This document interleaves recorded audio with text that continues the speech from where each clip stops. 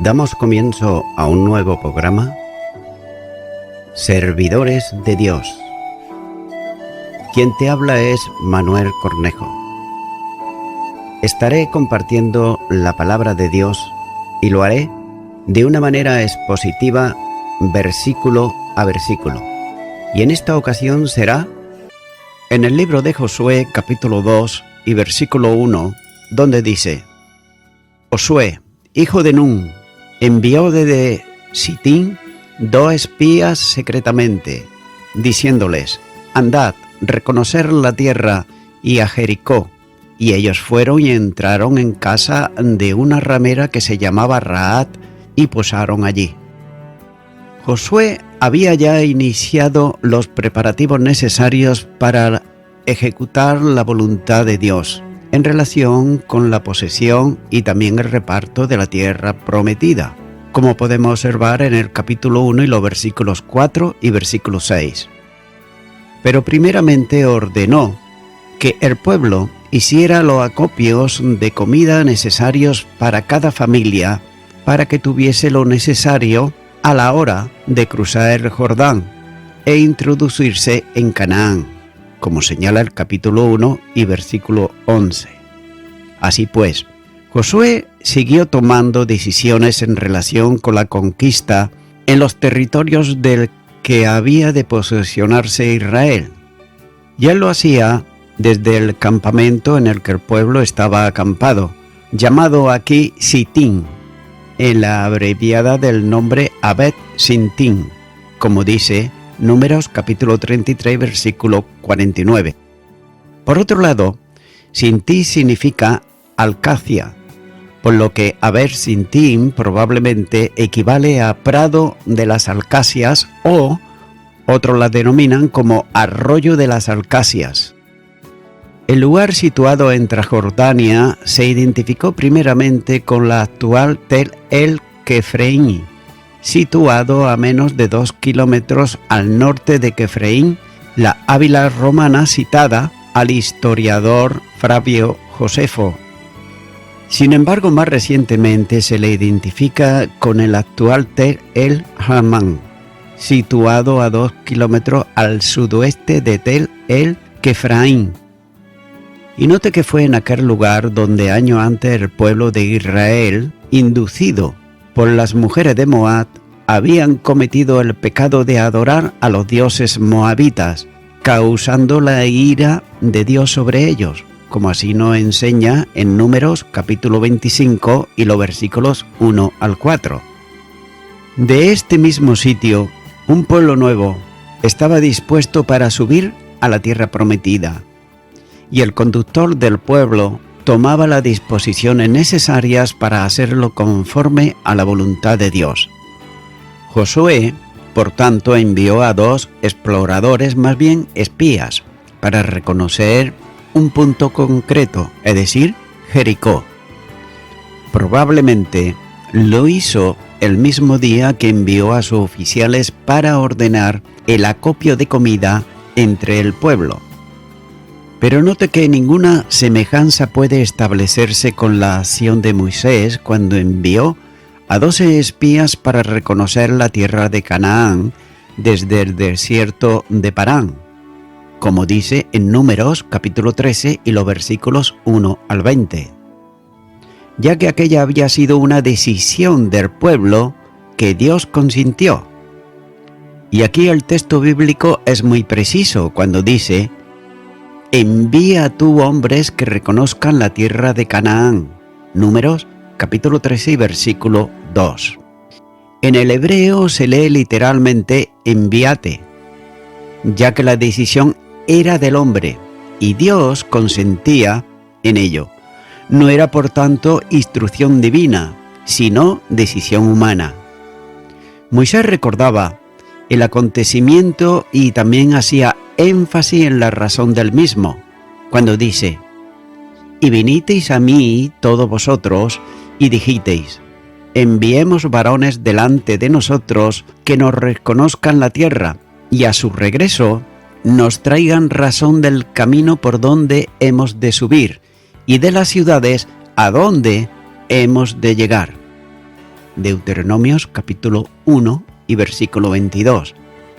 La razón de aquella propuesta había sido la desconfianza. Note cómo el pueblo de Dios dudaba de la posibilidad real de tomar posesión de la tierra. Y aún más, tenía desconfianza de la bondad de ella. Los espías fueron enviados para reconocer si la tierra era buena o era mala. Números capítulo 13, versículo 19, la primera parte. Ya que todo lo que ellos debían de comprobar ya había sido anunciado por Dios. Por tanto, fue un error grave enviar espías para investigar si era cierto lo que Dios ya le había dicho anteriormente. Pero también note que Josué nunca dudó de las promesas de Dios, ni antes ni mucho menos en aquellos momentos. Entonces, junto con Caleb, presentó un panorama positivo del resultado de la inspección de Canaán, cuando dijo: y hablaron a toda la congregación de los hijos de Israel, diciendo: la tierra por donde pasamos, para reconocerla, es tierra en gran manera buena. Números capítulo 14 y versículo 7. Y pronunciando una solemne advertencia que declaraba su confianza en el poder de Dios que estaba con ellos y se oponía a la decisión del pueblo de regresar a Egipto, considerándola como un acto de rebeldía en contra de Dios. Números capítulo 14 y versículo 9 dice: por tanto, no seáis rebeldes contra Jehová, ni tentéis ni temáis al pueblo de esta tierra, porque nosotros los comeremos como pan. Su amparo se ha apartado de ellos, y con nosotros está Jehová, no los temáis. La certeza de Josué tuvo en aquella ocasión del poder de Dios, cuando dice: si Jehová se agradare de nosotros, Él nos llevará a esta tierra, y nos entregará tierra que fluye leche y miel. Números capítulo 14 y versículo 8. Y no disminuía cuando por segunda vez se presenta la posibilidad de entrar al disfrute de lo que él había prometido a Abraham. Note, Génesis capítulo 15 y los versículos 18 al 21, donde dice: en aquel día hizo Jehová un pacto con Abraham, diciendo: a tu descendencia daré esta tierra, desde el río de Egipto hasta el río grande, el río Éufrates, la tierra de los ceneos, los cenezeos, los camoneos, los eteos, los ferezeos, los refaitas, los amorreos, los cananeos, los gergeseos y los jebuseos. Los espías son enviados con un propósito concreto, y era la de reconocer la tierra y a Jericó. Son tan solo dos.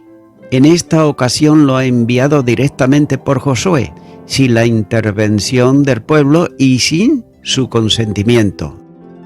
Y note que lo envió secretamente, aunque confiando plenamente en la soberanía y el poder de Dios, ya que la responsabilidad de Josué le exigía un reconocimiento del terreno y de la primera gran ciudad que había de ser tomada por Israel. El reconocimiento de la tierra debe ser entendido como la región próxima a Jericó, debiendo prestar atención referente sobre la misma ciudad y a Jericó. Por tanto, los espías enviados por Josué cruzaron el Jordán para cumplir el mandato recibido. No se dice en el relato bíblico cómo ni por dónde lo atravesaron, ya que simplemente se afirma que fueron y llegaron a Jericó, hospedándose en casa de una mujer ramera de nombre Rahab. El término usado para calificar la condición de Rahab parece ser preciso, que significa prostituta o meretriz. Llevados por un notorio afán de suavizar la condición de aquella mujer Algunos escritores judíos, como por ejemplo Josefo y el Targum, hablan de posada y posadera, ya que tal vez consideran ambas cosas en relación con aquella mujer, ya que pudiera haber sido una prostituta sagrada en el templo de Asera, y que en razón de los favores y atenciones que muchas de ellas alcanzaban en la práctica de su actividad en el templo, llegó a disponer de una hospedaría en la ciudad en la que tal vez se consentía la práctica de la prostitución. La presencia de los espías en aquella casa pudiera causar sorpresa, y cabe hacerse dos preguntas, y son las siguientes. La primera: ¿no había otro lugar más apropiado para hombres del pueblo de Dios que aquel donde se practicaba el pecado? Y la segunda: ¿no era algo prohibido por Dios? La palabra de Dios nos dice en Deuteronomios capítulo 23 y versículo 17: no haya ramera de entre las hijas de Israel, ni haya sodomita de entre los hijos de Israel. Muchas suposiciones pueden hacerse sobre las razones que llevaron a los dos hombres a tal lugar, pero todas ellas serán simples y meramente simples deducciones, ya que el momento histórico debe de tenerse en cuenta al considerar aquella acción.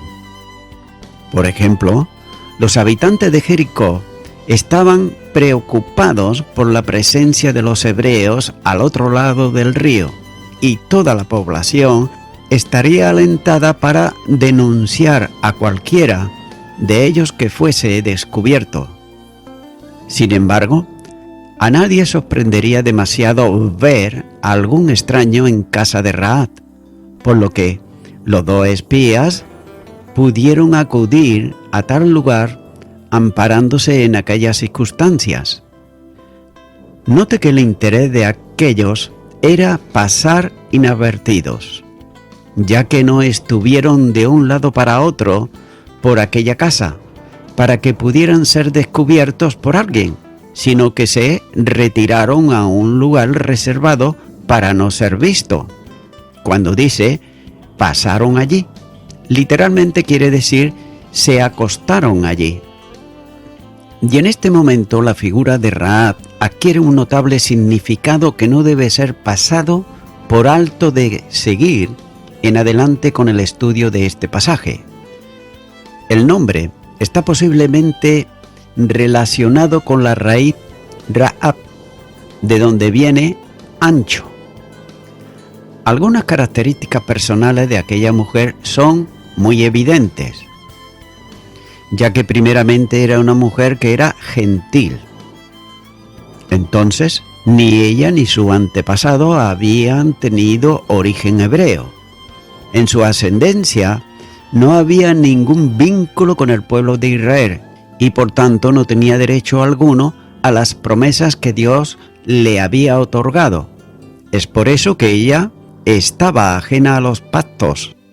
No le alcanzaban tampoco las bendiciones provistas para el pueblo según el pacto de Abraham, cuando dice en Génesis capítulo 17 los versículos 7 y 8: y estableceré mi pacto entre mí y ti, y tu descendencia después de ti en sus generaciones, por pacto perpetuo, para ser tu Dios y el de tu descendencia después de ti, y te daré a ti y a tu descendencia después de ti la tierra en que moras, toda la tierra de Canaán en heredad perpetua, y seré el Dios de ellos. En segundo lugar, esta era una mujer moralmente reprobable, ya que las prostitutas eran consideradas mujeres de vida dudosa, aún entre los paganos. La práctica de la prostitución es una actividad pecaminosa que quebranta directamente y abiertamente la voluntad de Dios para el hombre, ya que Él dispuso como única relación sexual lícita la que tiene lugar en el marco del matrimonio. Génesis, capítulo 2 y versículo 24 dice: Por tanto, dejará el hombre a su padre y a su madre y se unirá a su mujer, y serán una sola carne. La promiscuidad sexual es un pecado considerado a lo largo de la Escritura en sus dos exponentes. Por un lado, la fornicación y por el otro, el adulterio. La primera es una de las expresiones que evidencia el pecado humano. Romanos capítulo 1 y versículo 29 dice: Estando atestados de toda injusticia, fornicación, perversidad, avaricia, maldad, llenos de envidia, homicidios, contiendas, engaños y malignidades. Y con igual gravedad el segundo, que se practicaría también en aquella casa y por aquella mujer. Note que el Señor condena resueltamente el adulterio en su ley, y lo hace con un mandamiento concreto, cuando dice: no cometerás adulterio. Éxodo capítulo 20 versículo 14. Ya que las consecuencias para los transgresores del mandamiento se expresa en la Escritura, por ejemplo, en Proverbios capítulo 2 y versículo 19, donde dice: Todos los que a ella se lleguen no volverán, ni seguirán otra vez los senderos de la vida. Pero aún más, Dios había establecido para su pueblo que la comisión de adulterio traería como consecuencia la muerte de los adúlteros. Levíticos capítulo 20 versículo 10 dice: Si un hombre cometiere adulterio con la mujer de su prójimo, el adúltero y la adúltera indefectiblemente serán muertos. Es cierto que tal pecado era práctica habitual entre los paganos, pero no deja de ser un grave pecado cometido contra la voluntad de Dios. En tercer lugar, Rahab era ciudadana de una tierra cuyos habitantes estaban sentenciados por Dios a muerte, debido a su persistencia en el pecado. Ella sabía que este fin era para todos ellos, como señala el versículo 13. Aquellos pueblos tenían sobre sí la sentencia del juicio divino que había determinado su destrucción a causa de los límites que habían llevado en su pecado. Note que no era una cuestión supervivencial para el pueblo de Israel, la destrucción de los pueblos de Canaán, como algunos opinan, sino que Israel era el instrumento en mano de Dios para cumplir sus designios, como así nos señala Deuteronomios capítulo 31 y versículo 3. De la misma manera que los contemporáneos de Moisés fueron destruidos por Dios a causa de su perversión pecaminosa, también estos pueblos, por sus abominaciones, se habían hecho acreedores del juicio de Dios. Una cuestión que no debe pasarse por alto al hacer este breve semblante de Rahab es el entroque de esta mujer con la línea real de la casa de David, quien no tenía ningún merecimiento propio para alcanzar la bendición que el relato bíblico va a describir. Figurará, y nótese, en la historia hebrea como antepasada de David, y por consiguiente también de Jesús. También es notable observar que en la genealogía del Evangelio de Mateo capítulo 1 y versículo 5 aparece el nombre de Rahab como madre de Booz, quien a su vez se casó con Ruth la Moabita. Téngase en cuenta que son 4 las mujeres que Mateo incluye en la genealogía de Cristo. Por ejemplo, Tamar, en el capítulo 1 y versículo 3, Rahab, Ruth, capítulo 1, versículo 5. Bersabé, que sin mencionarla por nombre, se la presenta como la mujer de Urías, capítulo 1 y versículo 6. La genealogía de Jesús y por tanto de David que presenta Mateo tiene la característica de la uniformidad, utilizando continuamente con fórmula, por ejemplo, a engendró, y de ahí que las dos rupturas que aparecen en el texto del Evangelio sean expresamente notables, ya que por un lado están las variaciones que hacen referencia a hombres, cuando dice Judá y sus hermanos, capítulo 1 y versículo 2, Fares y Zara, capítulo 1, versículo 3, Jeconías y sus hermanos, capítulo 1, versículo 11. De otro lado, la mención a las mujeres antes mencionadas, ya que ambos cortes tienen como propósito evidenciar la elección divina y también la intervención de la providencia en la línea mesiánica. Y note cómo el Espíritu Santo condujo a Mateo a establecer la selección de los ascendientes de Jesús y de las distinciones que aparecen en su genealogía que no pudo haber sido tomada de alguna otra escritura, ya que en ningún lugar del Antiguo Testamento figuran en tal sentido.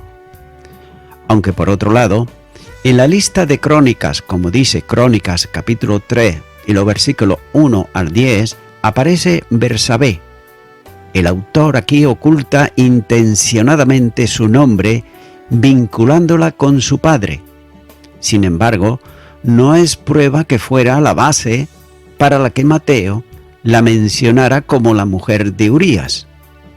Además, Rahab nunca es nombrada en el Antiguo Testamento en relación con la línea davídica. Por tanto, las listas genealógicas de la Biblia no fue la fuente directa que Mateo usó para incluir en su genealogía a las 4 mujeres. Y a la luz de la genealogía surge una pregunta en relación con las mujeres que figuran en ella. Por ejemplo, ¿qué características comunes tienen las 4? Para algunos, especialmente los antiguos como Jerónimo, todas ellas debían ser consideradas como pecadoras. Es clara la relación pecaminosa entre de ellas. Note que Tamar fue una seductora, como dice Génesis capítulo 38. Rahab era una ramera, Josué capítulo 2. Y Bersabé era una adúltera, segunda de Samuel capítulo 11. Sin embargo, ¿puede hablarse de pecaminosidad en Ru la Moabita? Tal vez no fue habitual el modo en que se relacionó con Boot, como dice Ruth capítulo 3. Pero en el relato del libro de Ruth no existe base ninguna para establecer una relación ilícita entre ambos, ya que los judíos procuraban evitar la realidad del estado moral de aquellas mujeres, convirtiéndolas a todas ellas en prosélitas, pasando Rahab a ocupar un lugar destacado como una heroína que había ayudado a Israel en la conquista de Jericó. También es cierto que a Bersabé no se le justifica en la literatura rabínica el pecado cometido con David, pero en alguna medida se le destaca como la madre de Salomón, con lo que su adulterio queda minimizado por la grandeza de su descendiente. Y una segunda posición tiene una notable fuerza y con muchas evidencias, ya que todas ellas eran extranjeras. No hay una evidencia inequívoca en relación, por ejemplo, con Tamar, pero es claro que fue tomada por Judá para su hijo primogénito. Del mismo modo, luego, a donde él había ido cuando se separó de sus hermanos, como dice Génesis capítulo 38 y versículo 1. Siendo Adulamita su propia esposa, Hira. Adulam era una ciudad cananea, como dice Josué capítulo 12 y versículo 15, de la región de Cefela, en el camino entre Hebrón y Gaza. Y en cuanto a Rahab, no ofrece duda alguna que era una mujer cananea. Ruth tampoco era hebrea, sino moabita. Y Bersabé no se la vincula con el pueblo determinado, pero su esposo Urías era eteo, a quien Mateo llama el hitita, siendo natural que fuera de la misma procedencia. Por tanto, esto vincularía a las 4 mujeres no tanto por su pecado, sino por su condición de extranjeras. Y aquí lo que la Biblia está enseñando es que el Mesías, que todos consideraban como judío, estaba emparentado también con los gentiles. Pero el judaísmo había de dar a estas 4 mujeres la condición de judías, considerándolas para ellos como prosélitas, que se incorporaban al pueblo de Israel por fe en el Dios de Abraham y la aceptación de su ley. Sin embargo, no dejar de considerarse que todas ellas eran extranjeras, ya que según la genealogía de Mateo, Rahab habría sido la tatarabuela, como nos dice en Mateo capítulo 1 y los versículos 5 y 6. Cosa improbable en razón de los datos cronológicos que la misma historia bíblica proporciona. La lista de Mateo ha sido elaborada por el evangelista con el propósito de manifestar la vinculación de Jesús con David, que como descendiente directo permitía fiarle el hijo de David. Y note que una sencilla aplicación puede extraerse del texto, tomada de la actuación de Josué para cumplir el mandato de Dios, ya que el creyente confía plenamente en el Señor y en los recursos de su gracia. Por tanto, no deja la improvisación, el trabajo que le ha sido encomendado, sino que se prepara para llevar a cabo con éxito lo que había sido encomendado.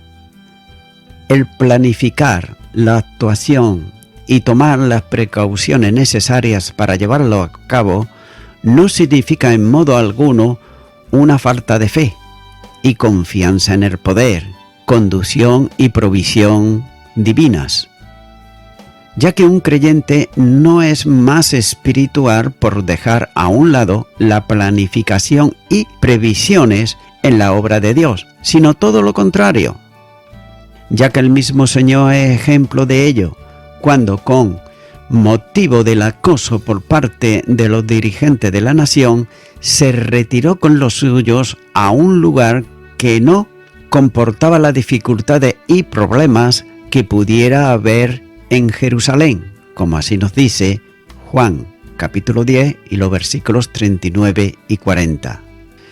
Y también Pablo es otro ejemplo de prudencia en el modo de actuar, ya que después del alboroto de Tesalónica sale de noche hasta Berea, evitando los peligros de un camino a pleno día.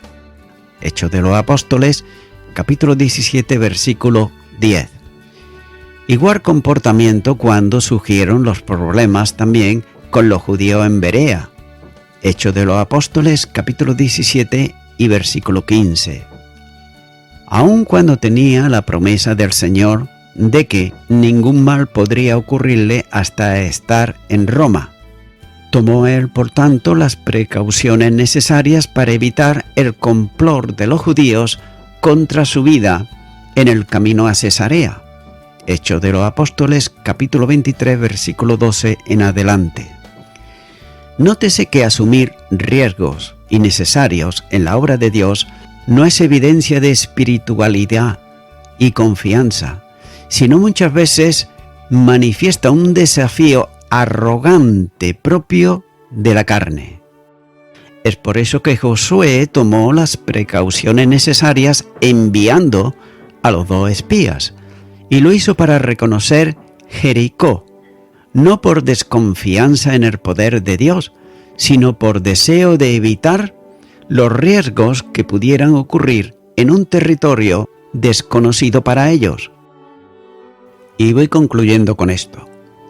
Dios dirigió a los espías a la casa de Rahab, porque sabía que su corazón estaba abierto hacia él, y que sería un instrumento útil para la victoria sobre Jericó.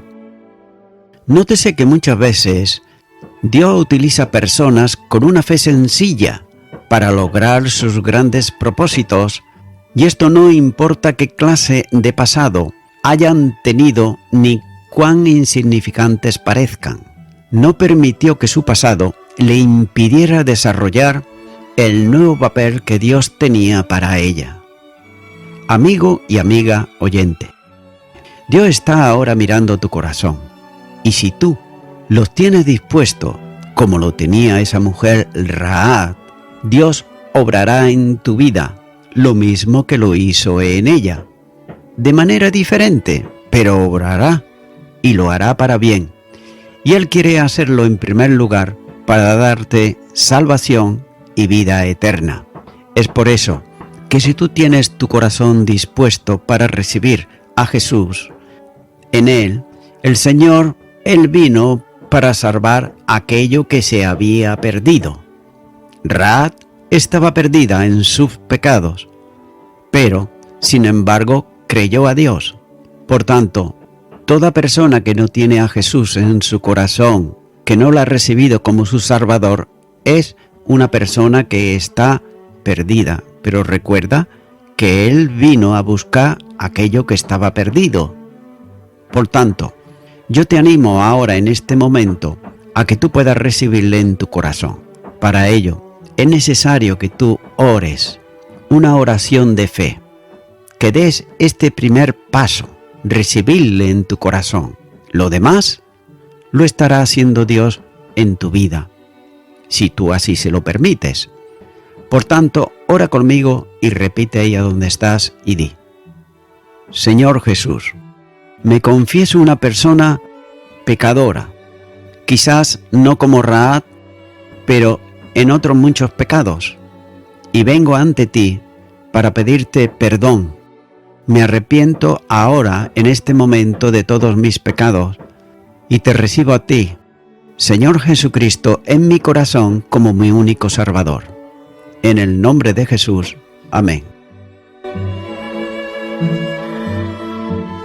Amigo y amiga oyente, si tú has hecho esta oración de corazón, te recomiendo que comiences a orar a Dios, en primer lugar, en el nombre del Señor Jesucristo. Orar a Dios no es rezar, sino que es hablar con una persona. También te recomiendo que leas la palabra de Dios y lo hagas a diario. Comienza, por ejemplo, con el Nuevo Testamento.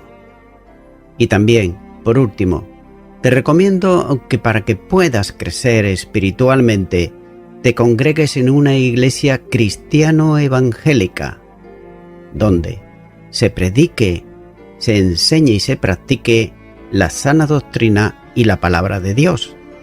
Congrégate ahí y con el tiempo podrás crecer espiritualmente y también servir al Señor Jesucristo. Que Dios te bendiga. Y a toda la audiencia, nuevamente ya me estoy despidiendo de todos ustedes y será hasta el próximo programa. Que Dios os bendiga a todos.